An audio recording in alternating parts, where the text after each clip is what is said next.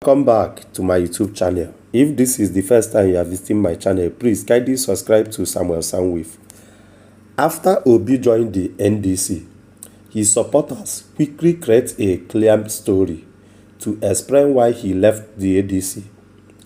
This story is simple but strong.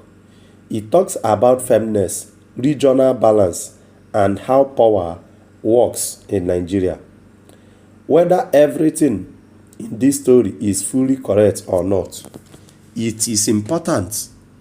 It is what many of his supporters believe, and this belief is helping them stay united as they prepare for the 2027 election.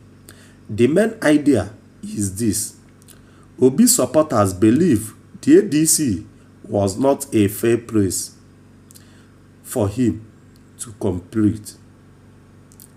They think the system inside the party was already set in a way that would not allow him to win the presidential ticket. They point to the agreement made on April 25th in Ibadan. On that day, opposition party said they would choose one candidate through consensus. At first, this sounds like a good idea. It sounds peaceful and organized. But Obi supporters see it differently. They believe consensus means powerful leaders inside the party will decide the candidate instead of allowing a free and open contest.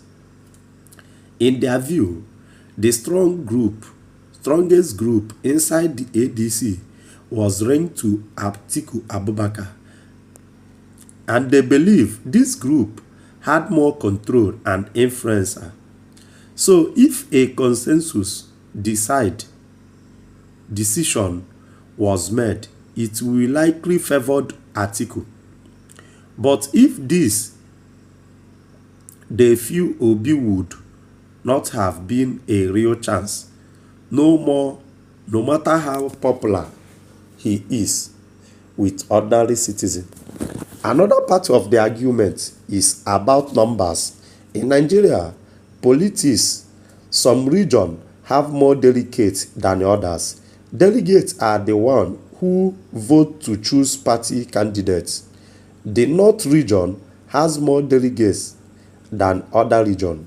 So in a normal primary election, a northern candidate like Atiku Abubakar has an advantage. Obi is who from the southeast will have fewer delegates supporting him. His supporters says this is not because of his weak, but because of how the system is built. So they believe Obi faced two problems in the ADC. First, a consensus system that could be controlled by powerful leaders. Second, a delegate system where regional numbers work against him. Now, they compare this to the NDC. The NDC promised a more open and competitive primary support. Supporters believe this gives Obi a better chance because of he can rely on his grassroots support, not just party structure. Another important issue they raise is zoning in Nigeria. There is an idea that power should rotate between regions.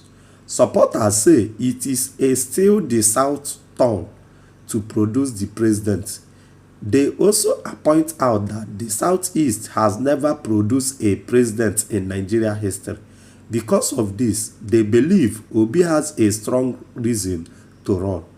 They see this as fair and balanced for the country. For this view, Atiku contesting against is seen as unfair. They argue that he is from the north and should allow power to remain in the south. They also talk about Atiku past election. Atiku Abubakar has run for president many times but have never won. Supporters say this shows that the voters have been already rejected him. Because of this, they ask a simple question: why should Obi step aside for someone who has never been been able to win. Another key point of their story is Obi's personalities. They said he does not stay in situations that are not fair.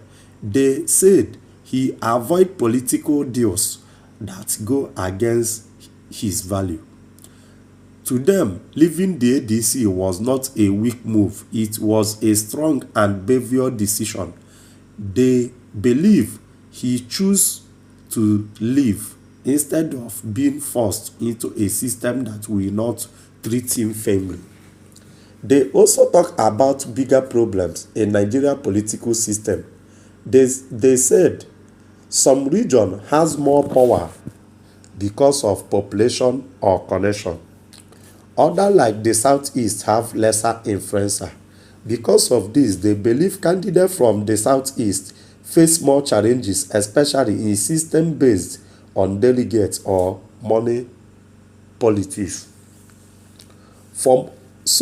Moving to the NDC is seen as a fresh start, a new party without internal fight, without court case, and without strong group controlling everything.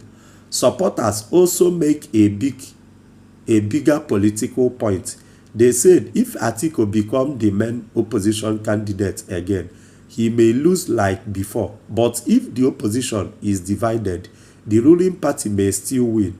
So, in their view, the opposition is in a difficult position. Unite under a candidate they believe cannot win, or stay divided and risk losing again. Because of this seems Obi move as a new strategist, a way to create a different path where he can compete firmly and try to win.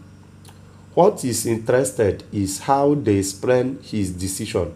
They do not see it as a mistake. They see it as a smart and careful move.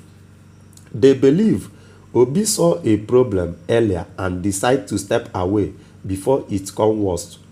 Of course, not everyone agrees with this view. Some people believe politics always involve compromise. Others think leaving the ADC could weaken the opposition. But for now, this story is working for Obi's supporters. It gives them a clear reason to stay loyal and continue supporting him. In the end, the real test will come later. Can the NDC become stronger enough before the election? Can Obi turn his support into real votes on a new platform? The answers to this question will show if the decision was made right or wrong. Thank you for watching my video.